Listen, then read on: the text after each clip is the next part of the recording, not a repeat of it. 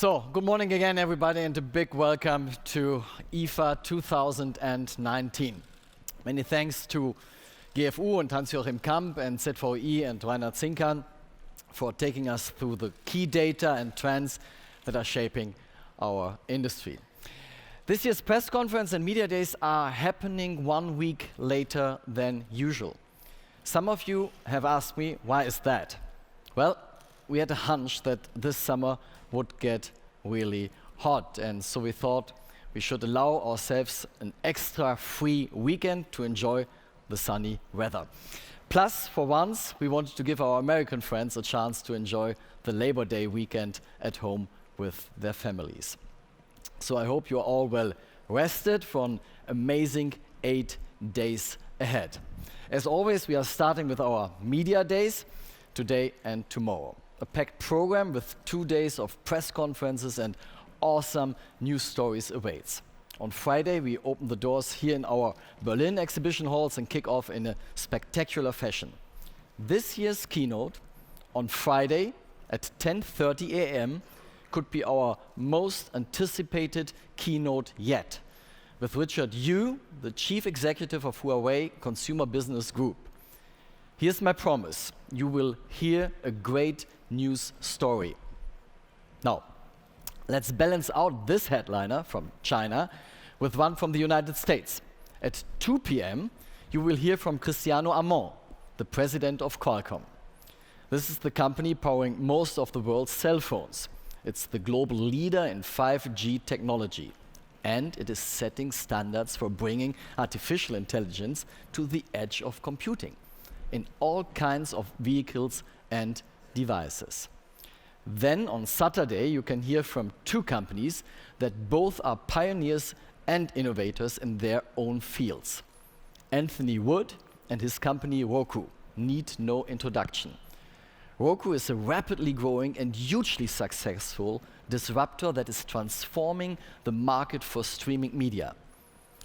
If there is a challenger to Netflix and co., then it's Roku. And finally, we will hear from Hakan Bulgurlu, the chief executive of Arçelik. Now, I know Arçelik may be a name that some of you might not recognize immediately, but I'm certain that you will know many of its 12 global brands, like Beko, Grundig, and Defy. And most of them are leaders in their respective markets. Arçelik is both an innovator and a global leader in the smart home. So make sure you catch all the keynotes here on this stage in the Grand Theater on Saturday at 10:30 a.m. and at 2 a.m. All right. Next up, on Sunday and Monday, once again, we will offer you a glimpse for the future with our IFA Plus Summit. Data is the fuel that's powering the digital world. We all have heard that. But we have tapped only a fraction of its power. The IFA Plus Summit will look at the potential of data for transforming innovation, interaction, experiences, and society. And last but not least, we round off IFA 2019 with 2 days of Shift Automotive, the shape to shape the future of mobility. This convention is now in its 2nd year. We will explore how new technologies and the co-innovation from the tech industry and the automotive sector will change how we live, how we work, and how we drive and travel. And we will discover what happens when drivers become passengers and how driving can still be a joy in a world of electric and autonomous cars. Our lineup includes speakers from Ford, Daimler, Fujitsu, the Singularity University, and many, many others. And here's my personal favorite. On Wednesday, lunchtime, please listen to the fireside chat with Jay Ward. In his spare time, Jay is an automotive consultant. His real job, however, is at Pixar Animation Studios as the creative director and guardian of the huge Cars franchise. So how cool is that?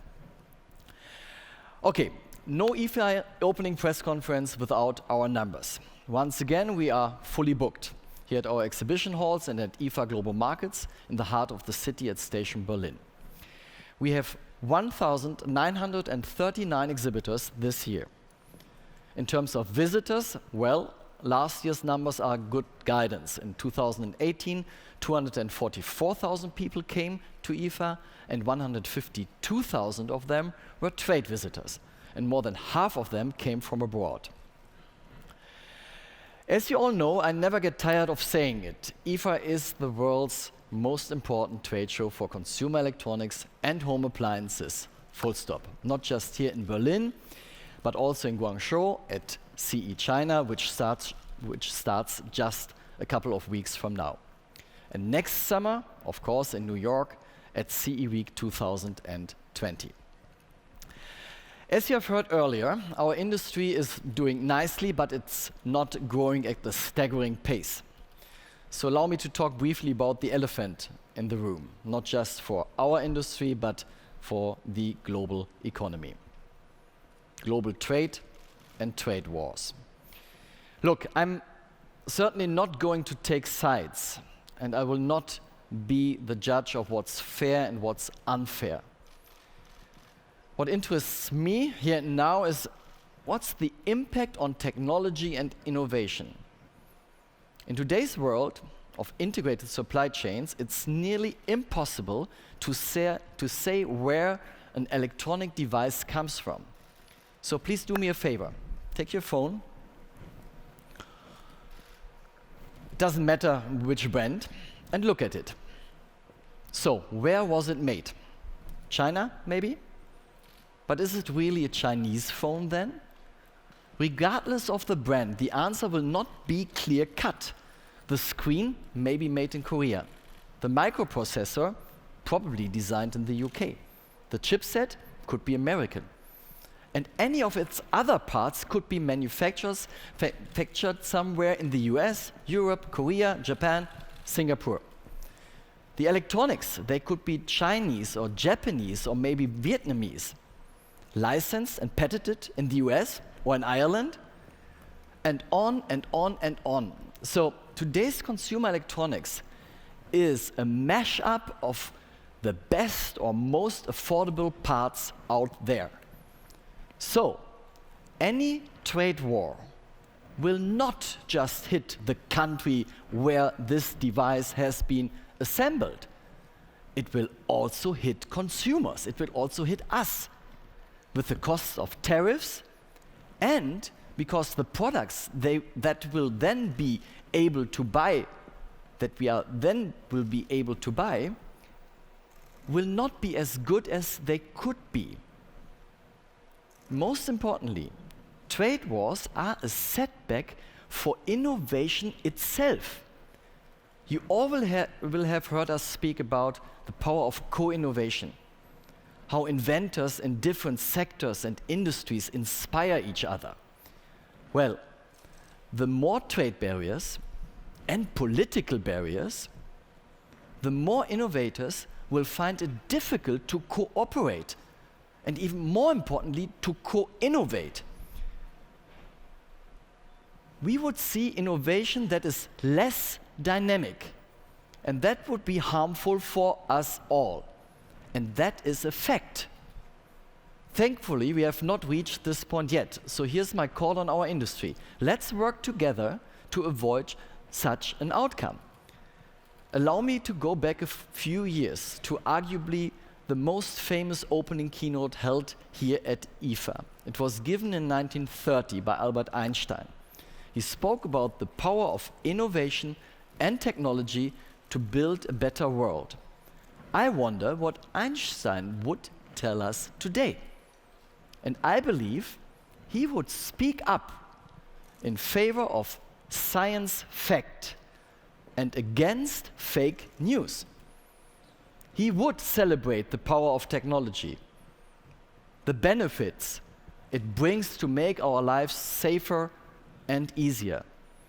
And he would call on the best and brightest minds in the world, whoever they are and wherever they live, whichever country they call their home, to pool their knowledge and co-innovate to create a better world, to make a real difference for as many people as possible. Okay, let's talk IFA again. What's happening this year? What will you find on our grand stage for technology? Our IFA team always has two objectives: showcase the best innovation and inspire future co-innovation. You will see it in the keynotes and across the halls as our industry's big trends play out. So what should you watch out for on the IFA stage? Our industry is talking a lot about the promises of 5G, the next generation, high speed, huge bandwidth mobile network. Yes, 5G is being rolled out. It has the power to transform the way we live and work. But it's also time for a reality check. Right now and here, there are only a few real 5G products around. However, that will be changing rapidly. I believe that 2020 could be the first year at IFA when 5G goes large. This widespread adoption of a new technology, you know, for artificial intelligence, it's what we are already witnessing. And remember, just a few years back, AI was not something tangible. It was more of a promise than a real offering. But this week, at this year's IFA, you will see how connectivity and artificial intelligence are becoming totally integrated into our digital world. They are about to completely transform our lives, and they will be ubiquitous. We all will use these technologies quite naturally without a second thought. A few years back, many digital appliances weren't really digital, except their displays maybe. Today, nearly every single home appliance has become a truly digital device, ready to take its place in our smart homes. Have you noticed that people don't really talk about the Internet of Things anymore? That's because it's just there. It's the new normal, not tomorrow's promise. Voice, we already heard about it, is becoming more and more a key user interface. Artificial intelligence is turning our homes into new living spaces, smart cocoons that basically adjust to our needs, whether we want to work, relax, or have a cinema experience at home. The Americans among us, you all know the fairy tale of Rip Van Winkle. It's the story of a man in the 18th century who falls asleep under a tree and wakes up 20 years later into a completely different world. Well, I bet you, if you would go to sleep right now for just 5 years and wake up in time for IFA 2025, you will struggle to recognize many consumer electronics devices and household appliances. Voice and AI will have totally transformed then, that's a fact. And if you want to get a first glimpse of this future, then visit IFA Next, our innovation hub in Hall 26. Once again, IFA Next will be bigger and better this year because it has been a huge success with both our visitors and exhibitors. And that's why this year, for the first time, we have selected a country as the innovation partner for IFA Next. And this country is Japan.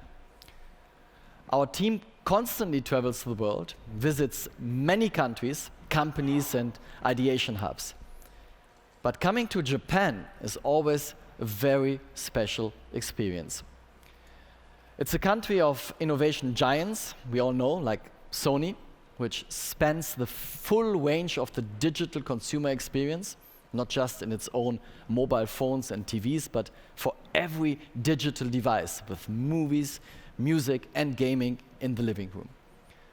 Companies like Panasonic, a leader in creating the networked house, energy, and home appliances. If this were Silicon Valley companies, I know quite a few tech media that would not let a day go by without breathlessly reporting their latest exploits. But Japan is also a home to an incredibly lively startup scene, a very international scene with global reach. This country is going through a revolution right now, and it will completely transform Japan's startup culture, not just for homegrown entrepreneurs, but also startups from around the world. So make sure you set aside some time to explore IFA Next and please see what our partner country has to offer. So thank you very much. I'll leave you with a message from this year's innovation partner, and Keita Nishiyama of the Japanese Ministry of Economics, Trade and Industry. He will talk to you for roughly 5 minutes, and after that we will have our Q&A session. Many thanks and see you later.